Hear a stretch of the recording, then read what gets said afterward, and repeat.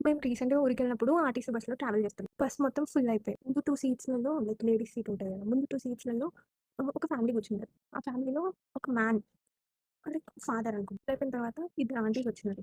Like one of the aunty ఉండి, "excuse me ఇది ladies seat. ఇక్కడ మీరు కూర్చోవద్దు లేవండి" అని లైక్ వాళ్ళ ఫ్యామిలీ మెంబర్స్ ఆడోళ్ళందరూ ఉంటారు కదా!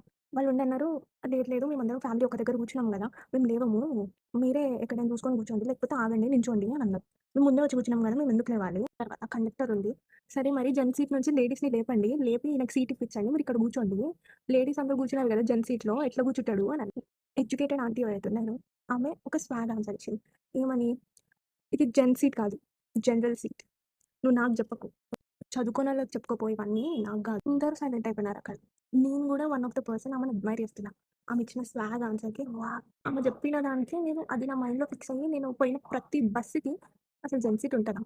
జెన్ సీట్ ఉంటదా? ఉండదా? ఉంటదా? ఉండదా? అని I used to check.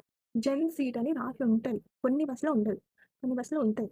General seat కాదు. అబ్బాయిల సీట్‌లో అమ్మాయి కూర్చుంటే, జెన్ సీట్‌లో లేడీ వచ్చి కూర్చుంటే, వాళ్ళు నించుంటారు తప్ప వాళ్ళని పోయి ఎక్స్‌క్యూజ్ మీ ఇది జెన్ సీట్ లేవండి అని ఎందుకు అడగరు?